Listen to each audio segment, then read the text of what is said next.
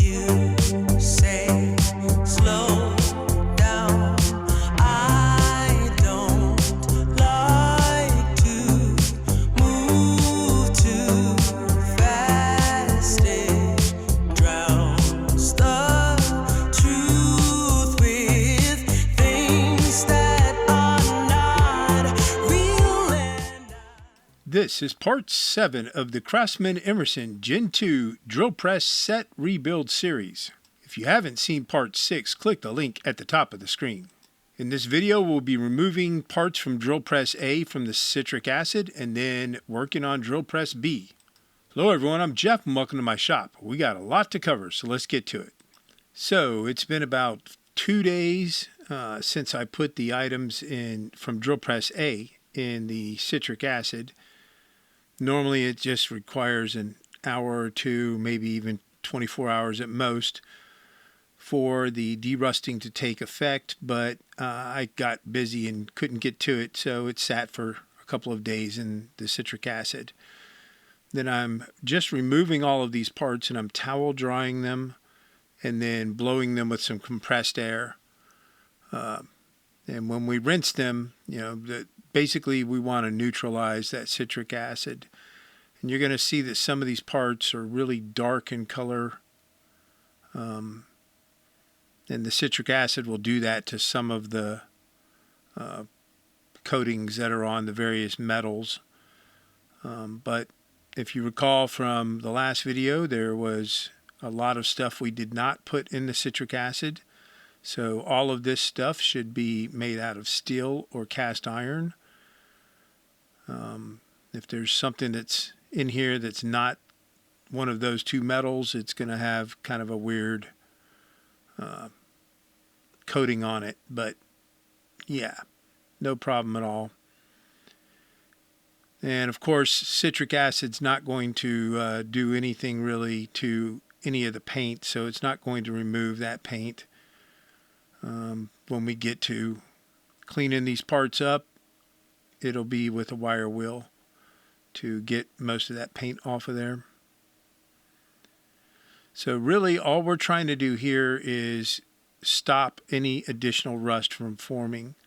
So when we rinse them, we're drying them and then setting them aside because it's going to be a while before we get to painting them. And then anything that's not going to get painted, for instance, everything that's going to go on that towel or in that plastic bin on the right side there, we can go ahead and coat with WD-40. Since it's not going to get painted, it'll get cleaned up with a wire wheel later on, but the WD-40 will keep that stuff from rusting. So we'll just coat it all down with WD-40 and let it sit. WD-40 has water in it, so it's not a long-term solution for derusting or keeping rust from forming on something, but it will for the time period that we're looking at here. And we don't really have anything to coat the other parts with to keep them from building up surface rust, especially the cast iron, which will definitely build up a surface rust no matter how dry we get it. And that's because the paint won't stick to any coating that we would put on there to prevent them. So when we wire wheel them, they will go down to bare metal, and then we will be priming and painting them shortly thereafter. So here again, we're just coating these parts with WD-40.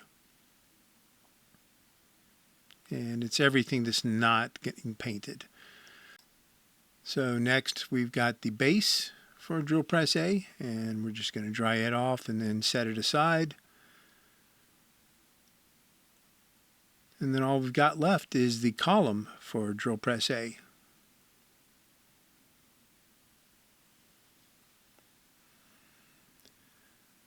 So we can undo the plastic pipe from the column to my deck.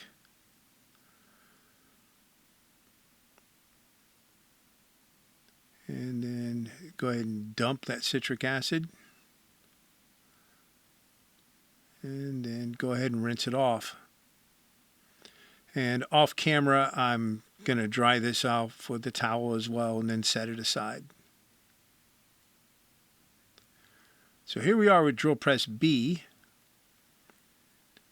And basically we're going to repeat all the steps we did in the last video. Put everything inside this plastic bin and then soak it with simple green. And if you're wondering about these bins, I have never really mentioned it, but I think I got them from Zorro, and they were like $59 with free shipping. I think it was free shipping. So $60 for these plastic bins, not a bad price. I did get some additional simple green, so we've rectified the problem that we ran into with drill press A. And we're going to let that soak for about 5 days. And then we're going to do the column for drill press B. And add simple green to it and let it soak for the same time period.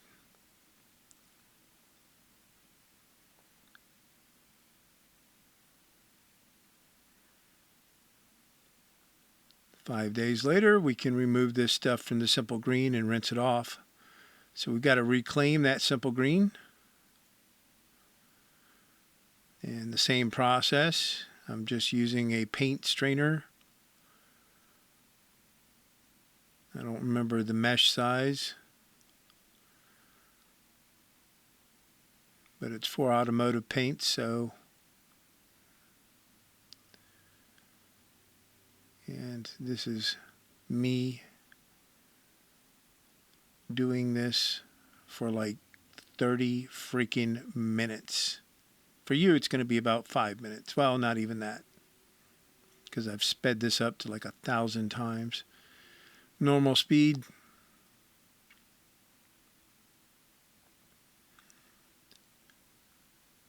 And you can see there's still some orange on those parts, but nowhere near as bad as when we soaked drill press A. And that's because about the last inch or so of simple green in the bin, I don't even try to reclaim anymore. I just go ahead and throw it out. Hopefully that's got most of that sediment in it. Not all of it, but most of it.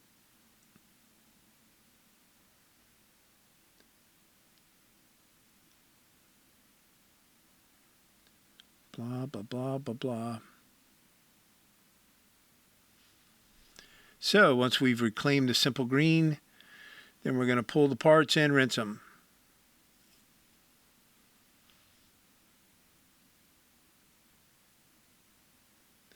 And these strainers are just some strainers I got from Walmart or something. I don't even remember now.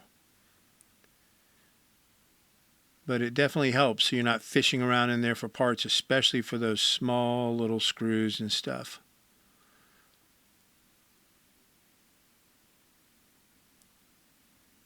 And surprisingly, a lot of the paint came off this time, or I guess not surprisingly, since the simple green was a much stronger concentration in this soak. So it didn't come off of all the parts, like the bottom of this table and a lot of the motor parts and the base. The paint is pretty good on there. But the belt cover, definitely, it just sloughs off of there. You'll see that in a minute.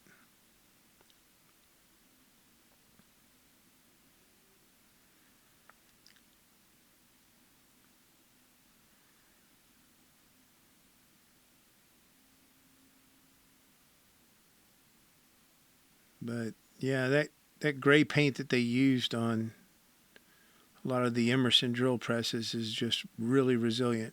But you can see how, I mean, heck, cleaning the belt cover on this one's going to be a breeze.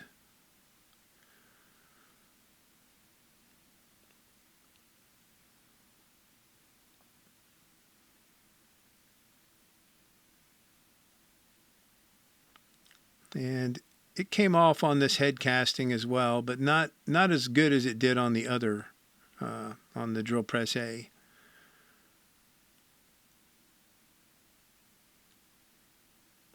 So either way, we're going to be hitting both of them with wire wheels.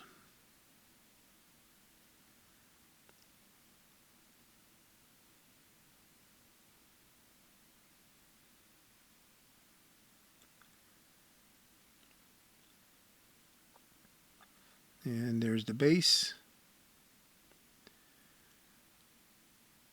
And it also, the paint on it, not even budging.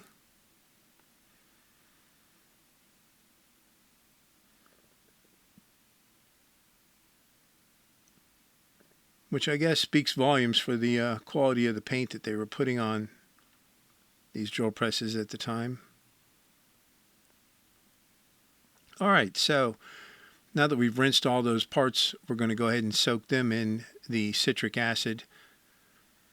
So 16 scoops, because that's roughly how many gallons we've got going here.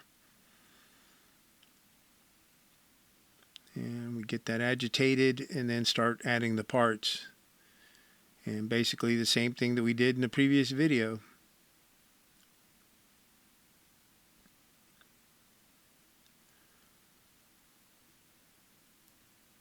So it's probably going to be another couple of days before I get to removing this stuff, so all that'll look pretty much the same in the next video as well. But just like with drill press A, there's a bunch of parts that did not go into the citric acid, and I've got a shot of them coming up here. So nothing made out of Zamic or aluminum, no plastic, nothing with graphics, nothing electronic, and nothing with chrome. And then that's all the parts for drill press A that we removed at the beginning of the video. So that's going to wrap this one up. I hope you enjoyed it. If you did, please like and subscribe, and we will see you next time.